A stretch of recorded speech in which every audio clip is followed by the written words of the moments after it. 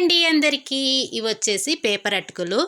మనం పేపర్ అటుకులను పోపు పెట్టుకోవడం ఎలాగో చూద్దాము.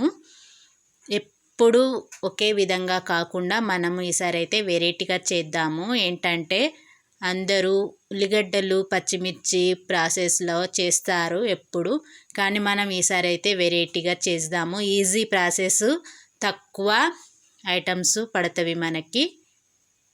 పేపర్ అటుకులను అయితే దోరగా వేంపేసుకొని పక్కన పెట్టుకొని, మనం స్టవ్ ఆన్ చేసుకొని బౌల్ పెట్టుకొని అందులో ఆయిల్ వేసేసి జీలకర్ర, ఆవాలు, పల్లీలు, పుట్నాలు, కరివేపాకు, ఎల్లిపాయలు దంచేసుకొని అందులో కొంచెం తగినంత పసుపు, కారం, ఉప్పు వేసేసుకొని పోపు అయితే పెట్టుకోవాలండి.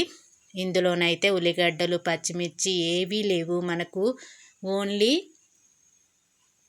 ఆయిల్, తగినంత ఆయిల్, పసుపు, కారం, ఉప్పు, పుట్నాలు, పల్లీలు, కరివేపాకు, ఎల్లిపాయలను దంచి వేసుకోవడం అంతే.